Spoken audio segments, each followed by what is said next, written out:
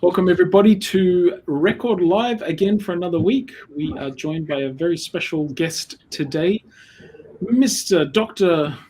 Pastor. You're not a doctor yet, are you? Not relevant and don't apply. Okay, you're always studying, but you're not quite a doctor yet, are you? Are you a doctorate, PhD yet? No. So, Mr. Nathan Brown, my first official boss, and one of our leading writers in the Adventist Church in the South Pacific. It's really good to have you with us today, Nathan. Cool. Now, over the last couple of weeks, we've been talking about, I guess, the situation that's on a lot of people's minds, the conflict in Europe, the war in Ukraine. And just to recap, if you'd like to go back and watch those interviews, we first talked to a Ukrainian pastor who's based in New Zealand and gave us some really good perspectives on, I guess, how people there are thinking and what they're feeling at this time.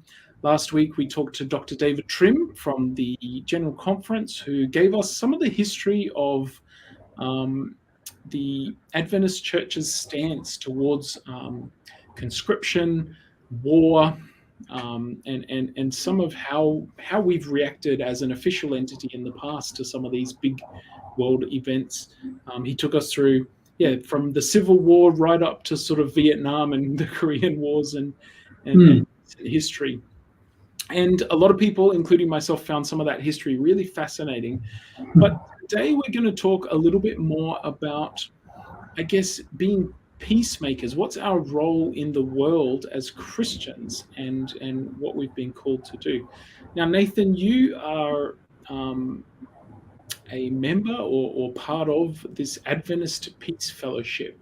I think if we start there, because we've talked a bit about war in the last couple of weeks, but peace is an ideal that, we as Christians want to see that restoration to God's peace, God's shalom. And the Adventist Peace Fellowship, I don't know a lot about. So if you can give us just a bit of an understanding of what that is, and we'll start our conversation there. Yeah, the Adventist Peace Fellowship has been around for about 20 years and began in 2001, and largely in a response to the upsurge of militarism in the wake of the September 11 terrorist attacks. Right. And those kind of things, and the kind of patriotic, and particularly these were a group of, particularly in the United States, recognizing the response to that and wanting to plant a flag, so to speak, for our role as peacemakers, as people of God, and for the Adventist history of peacemaking and being a peace church and what that actually means. And so to begin to have conversations, to actually study what it means to be a peacemaker, and to work out, when we bring out the best of our Adventist faith, how can that contribute to peacemaking in the world.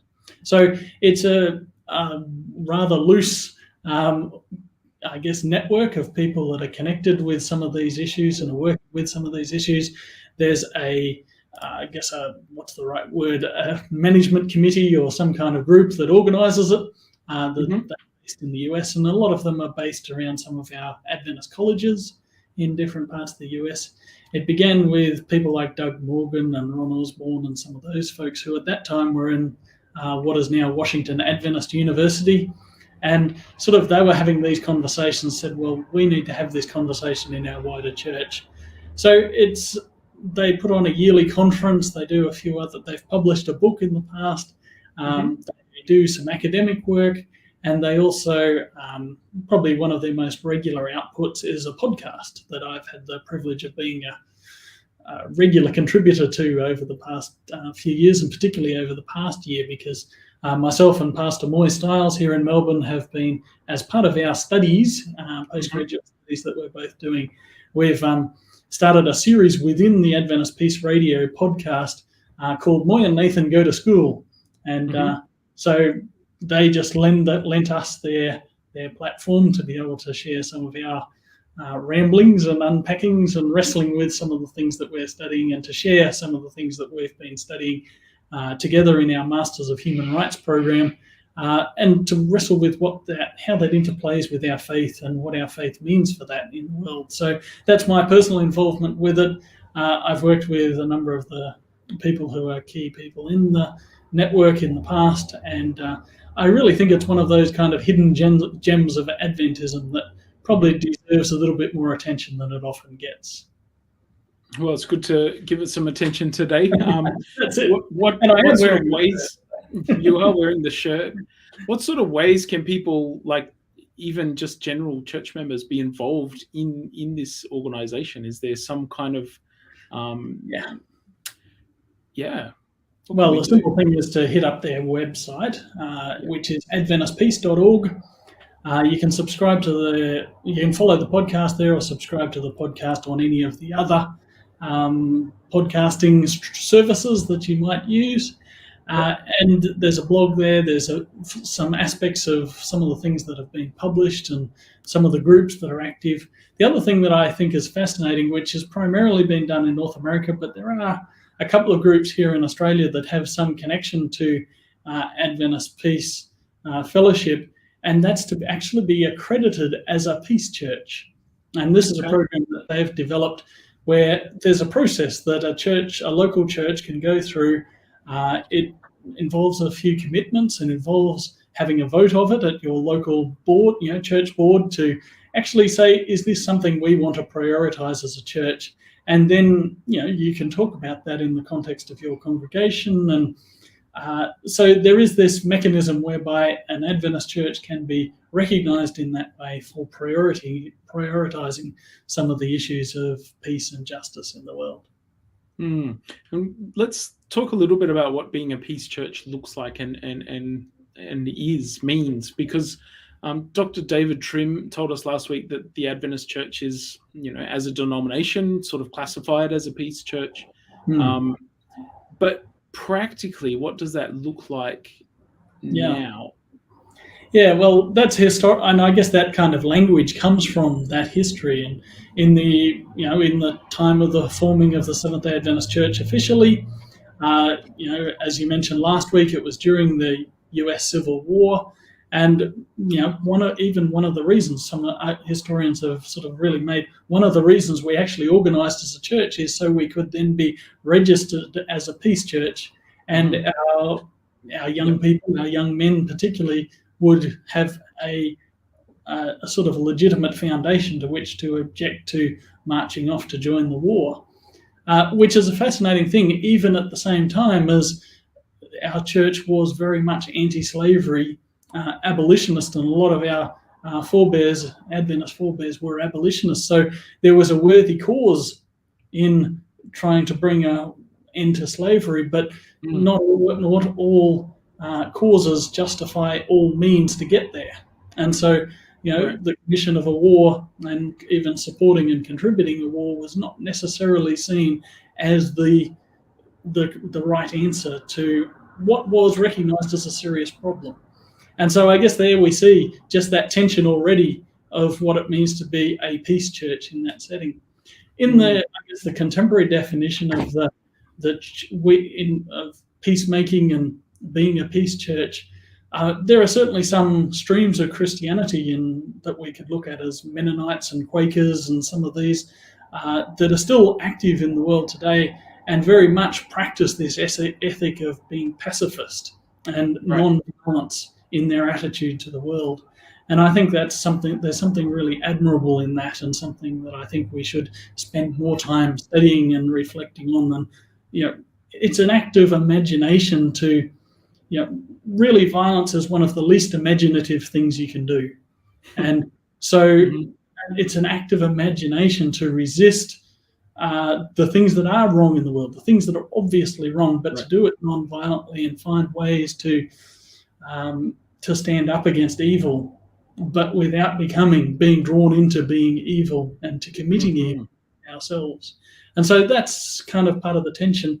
In the Adventist Peace Fellowship situation, to be labelled a peace church is to really prioritise it in the life of your congregation. I mean, one of the things that I think is just such a useful thing in this process is to put out this question of, is this something that we as a church want to identify with as a local congregation? And to simply say, to take that to your local church board and to reflect on, when did your church board last pause and think, well, what are we doing to, make peace in our community? What are we doing to be champions of justice and to be voices of goodness in our, in our local community?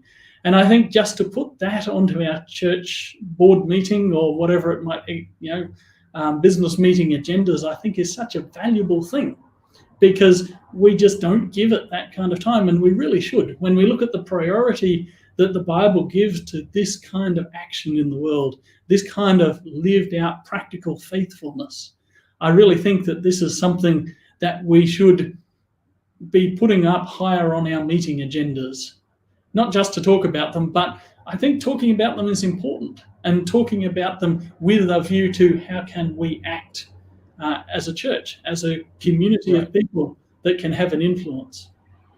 Now, as you're speaking, Nathan, I'm getting the idea that this is about more than just having fisticuffs in the schoolyard, or even countries going to war with each other. Perhaps it would be helpful to look at what peace is in that context of a peace church. Like, it seems to be how you're talking about it.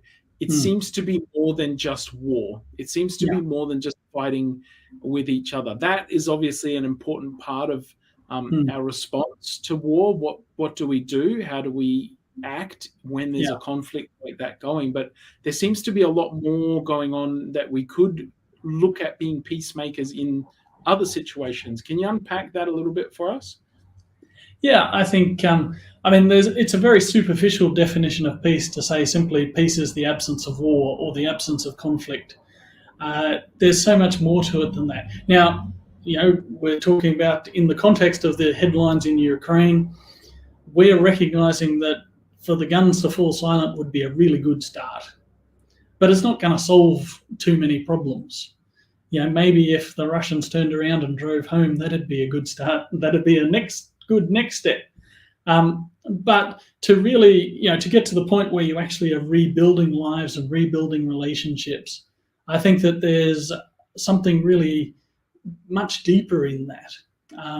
And I think one of the ways that this is referred to is a thick peace or a deep peace. So it's more than just stopping fighting, but actually stepping in to create, and it gets into the Hebrew word that was often cited in this thing of shalom, that it's more than just not fighting.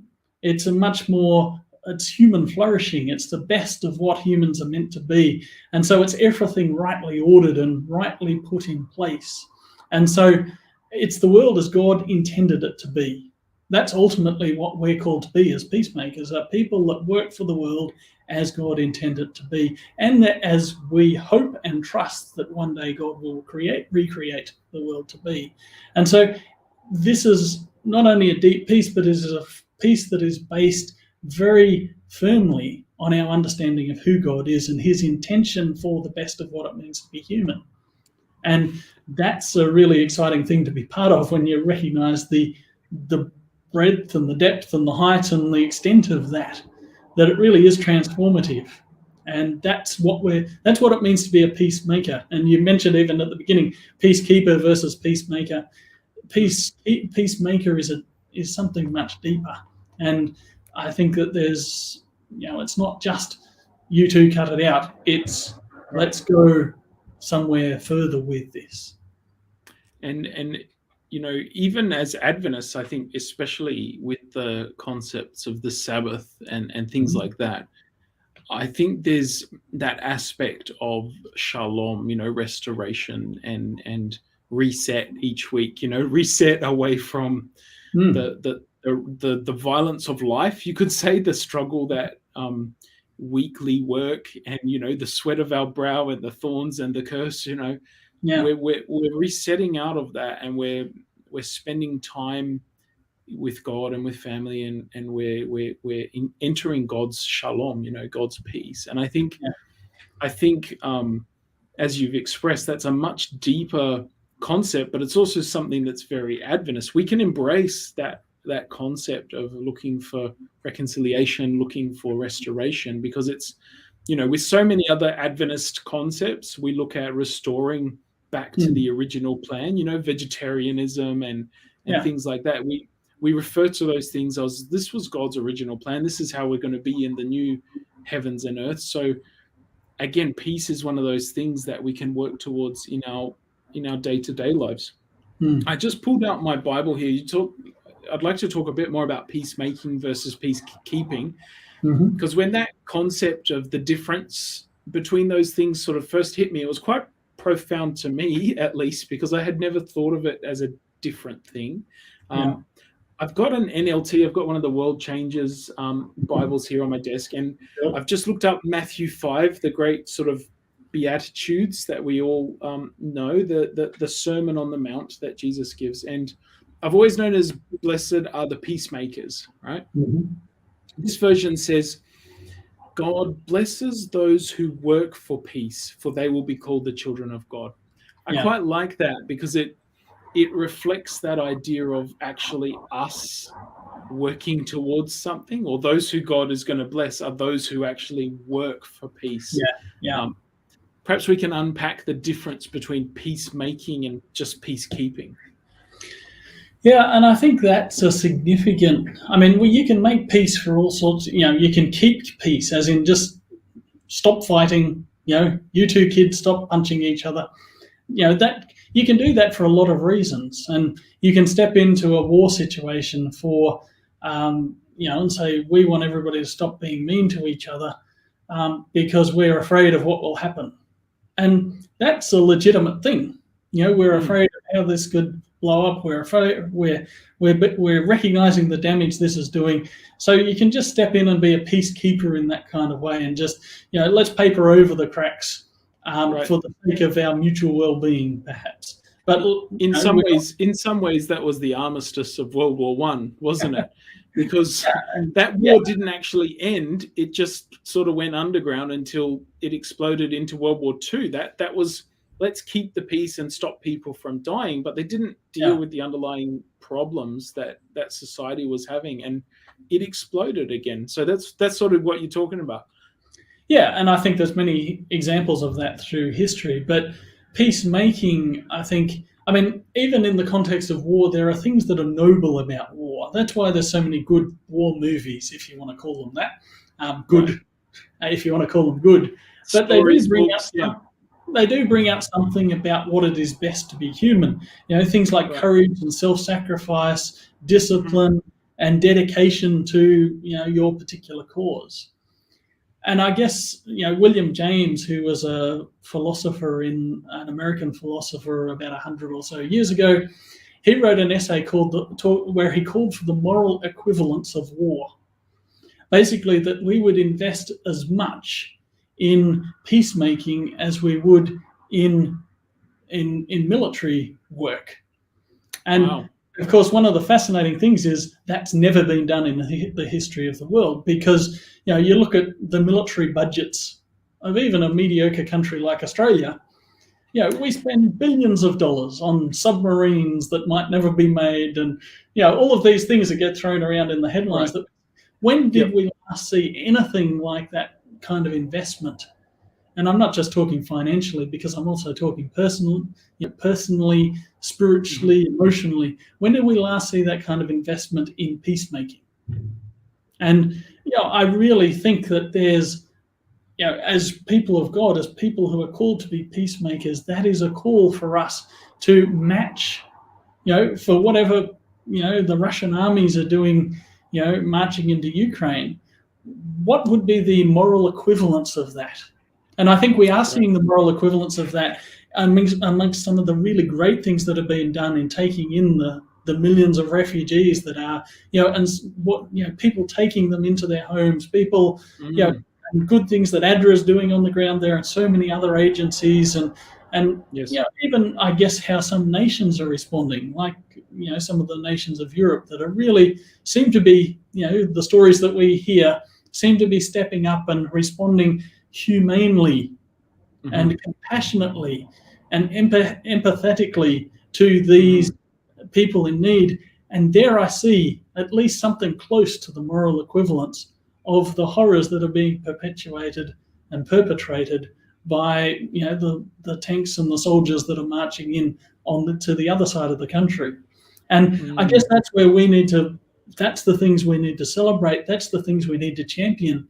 But that's also the things we need to study, that we need to get better at, and that we need to practice. And by practice, I don't just mean doing, but it's like piano practice. The more you do it, the better you get at it. And I think that we should be looking for, this kind of investment. Even just how much a single soldier is trained to go to war. And that can be a significant commitment of time, energy, finances, all of those things, for someone to be able to be up to that kind of challenge and to do it with courage and to do it with precision and all those things. How can we be peacemakers to that kind of level? To be, and I don't even want to use the word soldiers of peace, because that just is a contradiction, but to be, peacemakers, people that wage peace in the world. And I do think that that's an untried way, largely, of responding to the things that are wrong in our world. And there's been some fascinating study done on, the effectiveness of nonviolent resistance and nonviolent revolutions in the history of the world. I came across, I read a book a few years ago, which I highly recommend. It's a good one from Ron Sider. I need to get that away from the tag. There we go. Nonviolent action, and some of the material that I'm talking about comes from that. He talks about how, between, looking back at the history of the past 100 or so years of world history, he talks about how nonviolent resistance have often been more successful in accomplishing their goal with far less loss of life. Than have been military campaigns. And again, historically, we can talk about, one of the examples that's often held up is Gandhi and his work in India, seeking independence for the Indian nation from the British Empire. And, the massive non-violent protest that they had in that context. And, at the same time, or in a comparatively similar time in the 20th century, there was the Algerian War of Independence, where the people of Algeria, or Algiers, were seeking to gain their independence. Now, the estimates are that in Algeria, 1 million people died in that war, and it went on for a couple of decades. Out of a population of about 10 million people, 1 million people died in that war. By comparison, in India, where at the time there was about 300 million people, the estimates are that about 8,000 people died in their non-violent protests. So the comparison there is 1 in 10 to about 1 in 400,000. So the reality is that those who live by the sword die by the sword, and those who live by non-violence, those who are peacemakers. And again, it's peace. It's not passive peacemaking, passive peacekeeping or pacifism. It's non-violent resistance. It's standing up firmly for what you believe. But there's just such a massive difference there. Often those kind of non-violent, standing up against revolutions, whatever you might want to call them, are also twice as likely to be successful if you look back over the history of the 20th century in achieving the ends that they set out to do. And then the third thing that comes when studying these movements is simply that that the outcome. So one of the things that happens is if you have a violent regime and then there's a violent uprising against it, the new people end up being the new violent regime. Whereas when you have a non-violent response, then what comes after is much more likely to be an egalitarian democratic society. And so all of these things are, I guess, evidence that when it has been tried, when it has been practiced with that kind of military investment, that moral equivalence of war, it is an effective way of changing the world, an effective way of standing up against evil. And there have been a few examples, even in the Ukraine situation, where there have been non-violent resistance. And it's kind of, some of those stories will be best told perhaps in some months or years, when kind of some of the propaganda from both sides is a little bit clearer. But there are stories of people that are choosing to resist by being kind, that are choosing to resist by being, imaginative rather than just hitting back. And I think that they're the kinds of things we should be looking for and celebrating in this situation.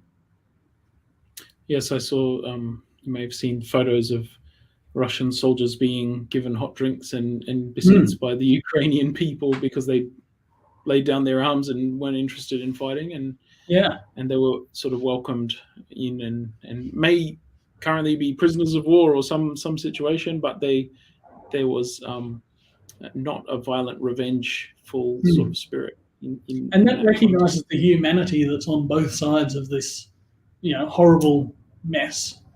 Yes.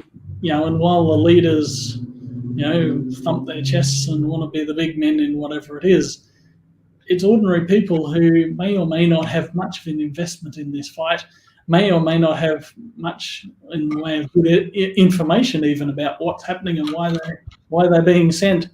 And we need to recognise the humanity in it all. And of course, again, that's why peacemaking matters, because people matter. In the church today, Nathan, the Adventist church, in the church of history, we had strong, I think, convictions about social issues, abolition, prohibition of alcohol. Those were things that the early church sort of mothers and fathers really were passionate about. They had come out of movements that really pushed some of those agendas and would actually do practical things about. But it seems to me that in our current situation, there is a bit of the idea of, say, marching on Washington would be sort of frowned upon as too political for whatever reason, or potentially protesting and that sort of thing is seen as, problematic for a number of reasons. What do you see as the current sort of way to do some of these things in the church? There seems to be sort of a dynamic where it's a bit split. There's an encouragement to be peacemakers, perhaps from the Bible and from certain voices in Adventism, and then there's the sort of established sort of don't rock the boat, be a nice Christian, turn the other cheek by not engaging in some of these issues and stuff. So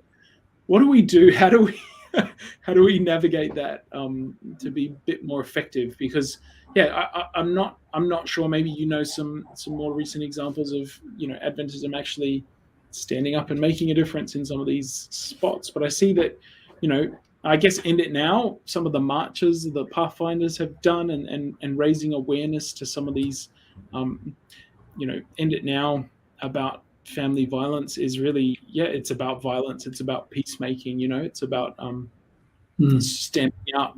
It's a war in our homes, rather than in over countries and borders and things. But is there a way we can, I guess, navigate for ourselves what is a cause that's even worthy to sort of rock the boat for? I guess that's probably at the heart of my question. How do we know when to get involved and when sort of to not draw attention to ourselves and create more problems than necessary? Yeah. I mean, and that's a difficult thing. And I mean, we are all political, whether we like it or not. It's just whether we do it well and whether we choose to spend our voice upon. We are involved in, by virtue of being a citizen of our country, by virtue of, in Australia, it's compulsory to vote. So we've got to think about it every few years, even if not in between. But certainly we are involved in other things. As a church, we, record reports on somebody from the Union office, the Australian Union, for example, who's been to Canberra to share something with like a Senate committee or something like that. In other countries in the South Pacific, we have politicians who are intimately involved with government. One of the things that I've kind of made a little bit of a joke on the past is that Adventists and politics are a little bit like Adventists and dancing. Because we don't do it, when we do it relatively poorly. And because we've never learned how to do it. And I can relate to that. Sorry? I can relate to that. I'm a terrible dancer. I'm too Adventist. I often tell people I'm too Adventist to dance. Don't make me dance. I'm too Adventist to dance. That's right. But the reality is there's every so often even when we get particularly excited, we'll dance around the kitchen or something like that. But, if we'd actually learned some skills, it might be a little bit less like an elephant and a little bit more like a gazelle. And let's not get distracted with dancing. No, I was just thinking, no. But I think that the reality is that some of these things are simply part of what it means to be human, to live as a part of society, that we do have a voice, that we do have influence, that we do have opportunities to speak. If we're going to do it well, we need to learn to do justice. We need to learn to be peacemakers, to study the ways of, the art of peace rather than the art of war. We need to learn how to do these things better because of our faith, because our faith calls us to it. And I think that's I think we possibly haven't taken that seriously enough. There is a science to politics. There is a science to some of these, to social influence, to, some of those kind of things. And we would do well to learn to be better at it. Now, the other question you brought up is simply how do we choose what we invest in? And I think there's some really obvious things from our understanding of faith, from what the Bible says are the important issues. And I think concern for the poor, concern for the oppressed and the marginalized, concern for the least of these, as Jesus put it, I think all of those things are something we need to be alert to, that we need to have eyes and ears to look out for those issues. And it's not that they're hard to find, because they're on our news feeds all the time. They're on the streets in our neighborhoods. They're in our cities. They are things that we have things to say about. That we are the hands and feet and voice of Jesus in some of these places. And so, we need to be alert to those opportunities and to recognize the position and the opportunities and the privileges that we have, and what can we do to help. And sometimes, when we look at the Ukraine situation, it's really easy to feel powerless. And that's one of the things that spending too much time watching media in whatever form can do to us, is simply make us feel like, well, what can we do about any of this? And as Christians, we have things we can do. For one, we can pray. People often, you'll talk to Christians and say, I really feel this urge that I should be praying more. But, by the time I've said bless, auntie whoever and uncle whatever, and, pray for the missionaries and whatever, well, simply pray your way through the morning news feed. There's a lot to pray about there.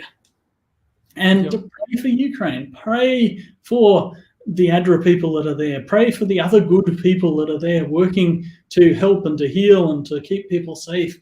Pray for, even as the Adventist Peace Fellowship statement about Ukraine says, pray that there will be angels in the negotiating rooms when they have their peace talks. Pray for that situation. We are not powerless in these situations, and prayer is one of those ways where we can partner with God to share his concern for the world. And I think that's such a powerful thing. That to me is, and your prayer life then has purpose. It's not just you mumbling in your room trying to feel like you're making some connection with God, but you're actually expressing your pain and your your frustration with the evil that we see in the world around us. And I think that's a really good, positive thing we can do. And of course, we can give. ADRA has their appeal at the moment, and jump on adra.org.au, and it's the first thing you see because I did it earlier today. And it is one of those things that again, we don't have to be passive in this situation. We have power in the form of a few dollars that we can give and that will be passed on. We have a trustworthy organisation that is a part of our church organisation, that we know that will get, and in due course we'll get the stories back of how that money was used. So again, we don't have to assume this posture of powerlessness in this situation, or ethics of resignation, but to simply step in and say, the world can be different because I am here, and because I am a person of faith and I trust God, that it's God's world and He cares for those people, and so I cannot help but care for those people as well. And I think that's a really significant thing. I think the bigger picture of peacemaking also calls in this need for justice, because, as we said before, papering over the cracks and the real hurts and divides in our society are not something that lead to long-lasting peace. They are the cause of the tensions in our world. And so to actually work for justice, to work for the way the world ought to be, is the way of doing that deep work of peacemaking, which is seeking to heal, seeking reconciliation and forgiveness, and all of these things that are so much a part of what we say we believe, but we need to practice them, to live them out into practical ways in our societies, in our communities, and in our world. And we can become people, again, there may be something we need to study, that we need to learn how to do it, but we practice it in small ways, and we practice it. We need to kind of have that audacity to be thinking about practicing it and imagining how the world can be different by living out these principles on the biggest stages in the world at times, if and when those opportunities come. And so I think it's really just a call to be engaged and to take these things that we talk about in Sabbath school when we were little, and to say, what does that look like if we actually took them seriously and sought to live them out in the world around us today? And I think that's what we're called to do. And I think that one of the things that excites me about the church, this worldwide community of people, is that we actually have significant capacity to have a really big voice in the world. And I don't think we use it very well very often. But in these kind of situations, and in so many situations, I think we do have that, at least that capacity. We have that kind of spiritual resource that we can draw upon to actually step out into the world with something real to offer. And that even in practicing reconciliation, we are actually enacting the reconciliation that God has brought to us, and that has equipped us then to share it with around us. And I think just you've touched on it a couple of times there, but perhaps even doing some more theological work in some areas. We're very good at some of our doctrinal understandings and our truth that we have, and there's nothing wrong with that, but perhaps we don't do necessarily in-depth studies on peace and justice and things like this. What does it look like to live that out, and what is the biblical mandate for some of that? What does the Bible say we should look at doing to be peacemakers, not just passive? You mentioned that the passivity is not really fulfilling Jesus' words in any shape or form, because we have that story of the sheep and the goats, and whatever you did for the least of these, and it was about actions, not just attitudes or passive sort of holding back. It's not just about not doing bad things in the world.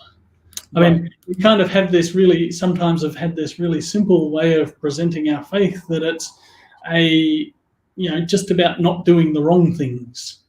Mm-hmm. But, a much deeper expression of our faith, and it's not how we get saved, it's how saved people live, is actually by doing good. That the goodness of God, that because the kingdom of God is within us, when we step into the world, we take the kingdom of God to those places, and that the goodness of God can flow through us into the world, but also that we are alert to the goodness of God in the world, and we can resonate with that and see it there when it is enacted, and that's an exciting way to live. When you look for that, even the Mr. Rogers line about when you see scary things happening in the world, how do you respond? And his the response that I think he was quoting his mother. He said, look for the helpers, look for the people that are and it's actually one of the things that I regularly pray is be with all of those people. And I often have specific people in mind, but to pray for the people who act for justice and goodness and truth and beauty and peace and hope and love in the world. May those people be the ones that are successful. May they be the ones that have strength and perseverance and resilience in the face of the attacks that come upon them. And may those be the things that grow in the world. And I think that should be one of our just core prayers, is to pray for goodness in the world. And of course, praying shapes us is not just a petition to the heavens and asking God to intervene, but it's also accepting our role to step into the world in the cause of goodness in the name of Jesus. And we touched, Nathan, on, I don't want to make the impression that the church isn't doing anything or hasn't done anything, because we mentioned before we went live this statement for peace, the call for peace that was made by the official church. Do you just want to tell us, I'll share the link with our viewers here, but do you just want to tell us sort of what are some of the highlights of that, and what it sort of can teach us, or because I think this is potentially something. It's funny, in many ways the official church does quite a lot of good things that don't often filter down to the local church members, or working for the church. I see it all the time, but it's like we do good things, or we have these statements and these stands and these sort of ways of interacting with the world. Not that they're mandated or anything, but it's just a good thought out sort of position. And yet we don't often refer to or rely on or even know that they exist. So give us if you can give us some highlights of this call to peace, and what perhaps we can do as we start wrapping the conversation up. What do we do practically? Do we have any tips or any tricks to really start living this out? And I really I'll echo your statement that there are some really great statements that the church has put out over the years that are great resources for thinking about some of these kind of issues. And this particular one that I've sent you this link and you've posted now, A Call for Peace, was actually voted by the church in 2002, again in the aftermath of the September 11 and terrorist attacks, and it was where we were saying, well, this isn't something, we respond differently. And so there's that kind of context to it. But they talk about the pillars of peace as dialogue, justice, forgiveness, and reconciliation, and that we should be agents of those things in the world. And those four things are things that they can be lived out and practiced in our everyday lives. Even just spend time on those four words and think about, what would it mean in my life if I was an agent of reconciliation? How can I be a voice for justice in my community or my nation? How can I work for reconciliation? How can I forgive? What would it mean for me to be a forgiving person? And that's just such a powerful and difficult thing to do. And what does it mean to dialogue in meaningful ways? Where people actually listen to each other. All of those things are kind of, I really appreciate that they've gone through and they kind of explain and set out, even the biblical principles for those kind of pillars of peacemaking. One of the practical things that caught my attention is, it affirms kind of the Seventh-day Adventist Church's role as a peace church, as peacemakers in our world, and that we are followers of the Prince of Peace, and that we, when it cites a number of Bible verses that point us in that direction. But one of the really practical things that I thought that caught my attention in this statement is an appeal to Adventist church schools, colleges, and universities to actually have a peace week, a week of peace each school year, to emphasize and learn what it means to be a peacemaker. Now, it's fascinating to me that, all our schools and colleges and universities have, a week of worship, a week of prayer, week of spiritual emphasis, whatever they're called these days, festival of faith even. How many of them have a week of peace? And what would that look like? And so it talks about how to emphasize and to have various programs during this week that emphasize respect, cultural awareness, nonviolence, peacemaking, conflict resolution, and reconciliation as a way of making a specifically Adventist contribution to a culture of social harmony and peace. And I just think that kind of grabs my imagination. If a school anywhere near me wants to organise a peace week, I'd love to be a part of helping plan it. And what could we do to be part of that? And how could we explore some of these ideas and practice peacemaking within our school community, practice peacemaking in our larger community? And what does it mean how do we respond to some of the things we see in the news and some of these things? What does it mean to have an attitude of peacemaking as we engage the world around us?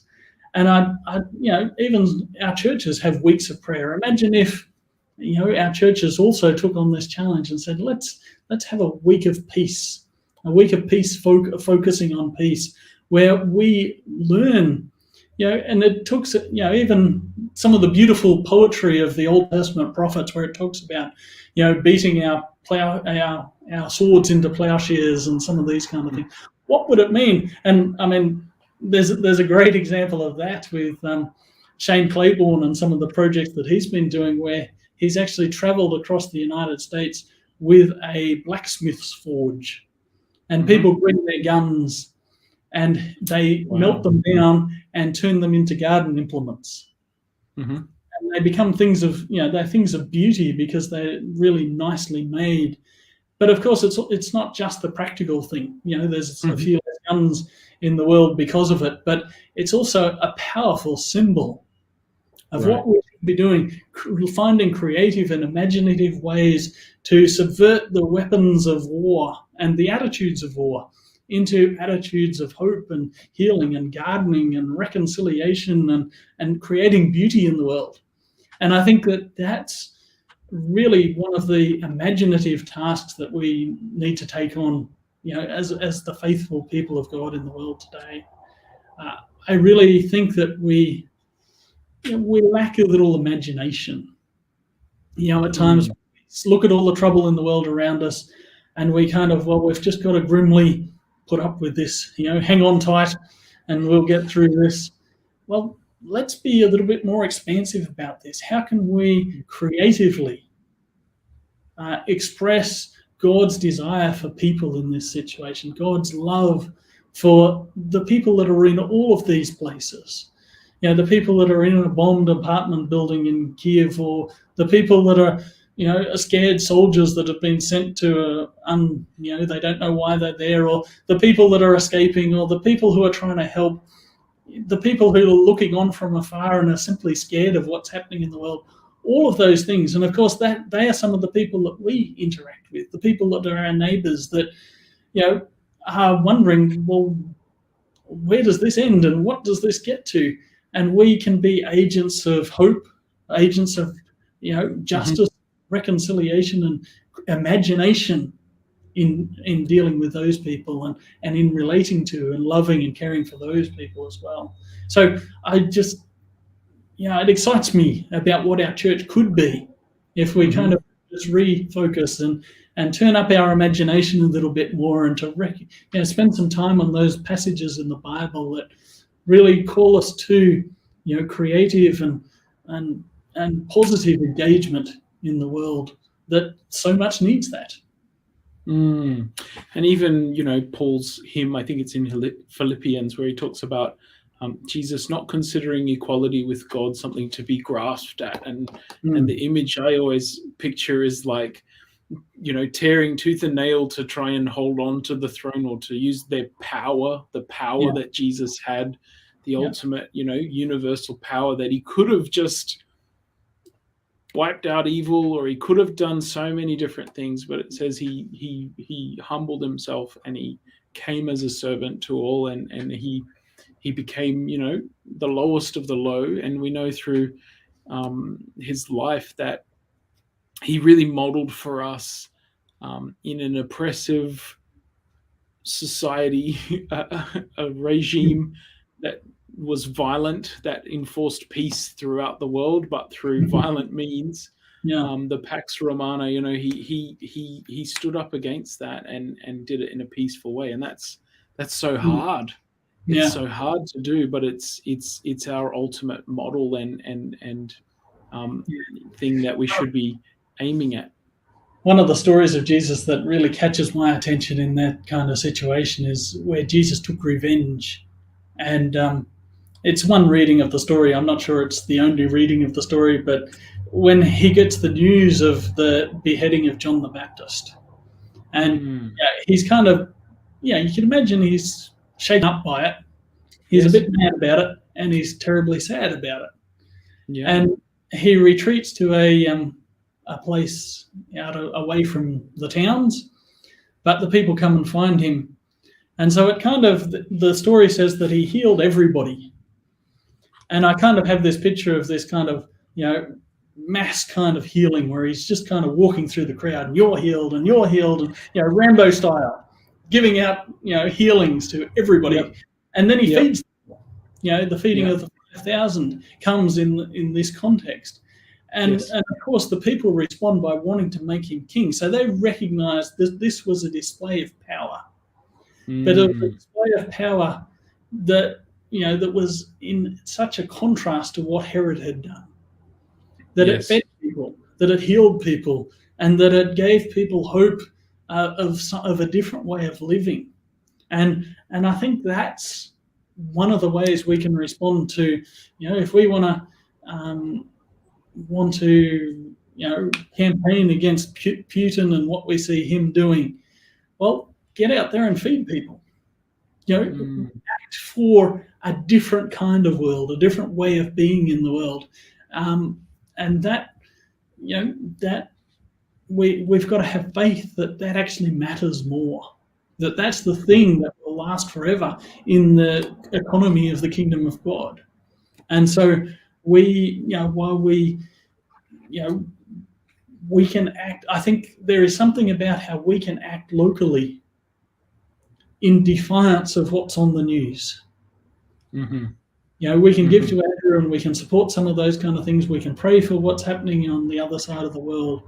But when we serve in our local community, we are actually, in the name of Jesus, we are actually invoking a different kind of power in the world, and we are working against the evil that seems to dominate our thinking and our consciousness. And that's what we're called to do. I think that's a very good place to leave it. We've run out of time. But go out and be peacemakers, people. If you're watching this, look for creative ways and be like God. In God's image, we are creators like he was, and we can find creative ways to bring hope and healing to the world like Jesus did. So thank you, Nathan, for your input and your perspectives. Your passion really came through for making peace, and I think it's something that we can all challenge ourselves and get better at understanding and looking for opportunities to make a difference, rather than just looking for, I guess, signs and wonders that back up some of our eschatological leanings. We can certainly be practical help to the world that we live in. So I hope you've enjoyed today's conversation. We'll see you next week on Record Live. And thank you, Nathan, again for joining us. Cool. Thank you.